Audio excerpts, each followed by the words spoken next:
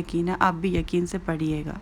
تو قرآن پاک پڑھنے میں جو ہے نا بہت زیادہ برکت ہے۔ آپ کو لگ رہا ہے کہ آپ کے پاس ٹائم نہیں ہے، ایسا نہیں ہے کہ آپ کا ٹائم جا رہا ہے، آپ کے پاس ٹائم آئے گا، آپ کے ٹائم میں برکت ہوگی، آپ دیکھیے گا۔ قرآن پاک آپ کا وقت لیتا نہیں ہے، آپ کو وقت دیتا ہے، تو اس کو پڑھنے سے آپ کے گھر میں بہت زیادہ برکت آئے گی۔ اس کی تلاوت کی جو برکات ہے نا وہ آپ لوگوں کے ساتھ شیئر کروں گی، آپ لوگوں کو موٹیویٹ کرنے کے لیے اور بھی بہت ساری چیزیں بتاؤں گی۔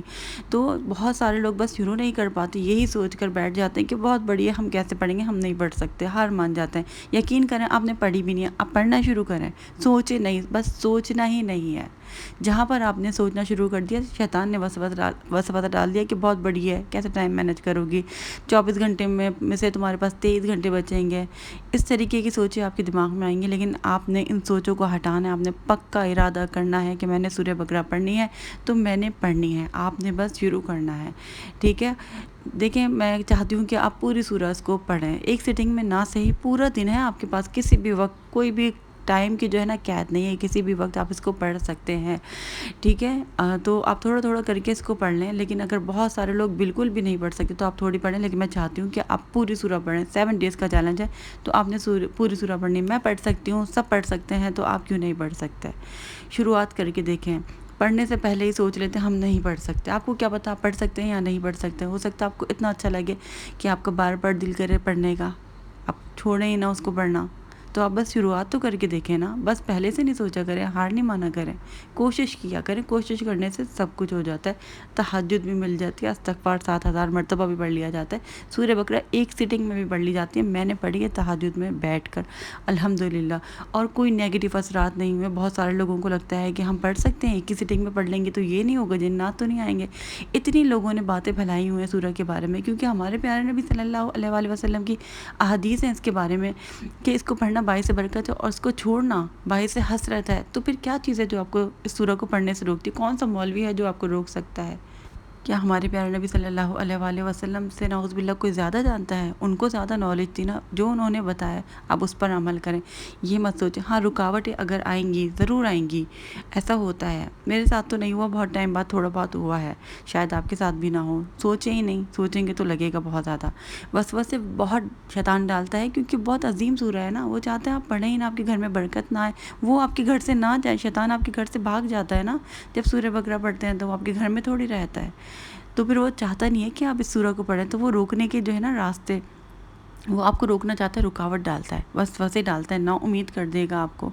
اتنا کہ آپ رونے بیٹھ جائیں گے کہ میرے ساتھ کچھ اچھا نہیں ہوتا میں تو چھوڑ دیتی ہوں، اب یہاں تک کہ آپ چھوڑنے لگ جائیں گے، لیکن آپ نے چھوڑنا نہیں ہے، میں آپ کو بتا رہی ہوں، یہ جو ہے نا بس شیطان کے وسوسے ہوتے ہیں۔ خواب بھی آئیں گے، مجھے نہیں لگتا تھا کہ خواب آئیں گے، لیکن مجھے اتنے ڈراؤنے خواب آئے، لیکن جب مجھے پتہ چلا کہ یہ اس وجہ سے آ رہے ہیں تو میں نے اہمیت نہیں دی، میں کیوں اہمیت دوں، یہ شیطان کی طرف سے آ رہے ہیں، جب میں اللہ کا کلام پڑھ رہی ہوں تو اس سے مجھے خیر کے علاوہ کچھ نہیں مل سکتا، شیطان صرف مجھے ڈرا سکتا ہے، جب میں اللہ سے ڈرتی ہوں تو میں کسی شیطان سے کیوں ڈروں، کسی خواب سے کیوں ڈروں، کسی وسوسے سے کیوں ڈروں، میں کسی چیز سے، خیال سے کیوں ڈروں میں؟ میرے پاس تو اللہ تعالیٰ کے کلام کی طاقت ہے، میرے پاس تو سورہ بقرہ ہے، سورہ بقرہ جو جادوگروں کے پاس جس کا توڑ ہی موجود نہیں ہے،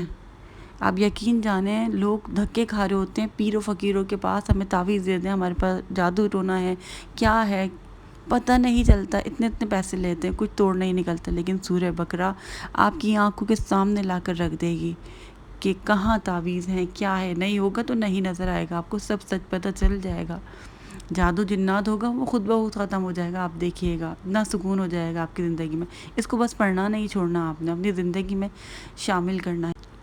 کوئی لوگ آپ کے چھپے ہوئے دشمن ہیں نا، وہ آپ کے سامنے آ جائیں گے، ساری بری چیزیں آپ کے سامنے آ جائیں گی آپ کے اچھے کے لیے، آپ کو دکھ تو بہت ہوگا کہ جن کو میں اپنا سمجھتی تھی، جو میرے اپنے تھے،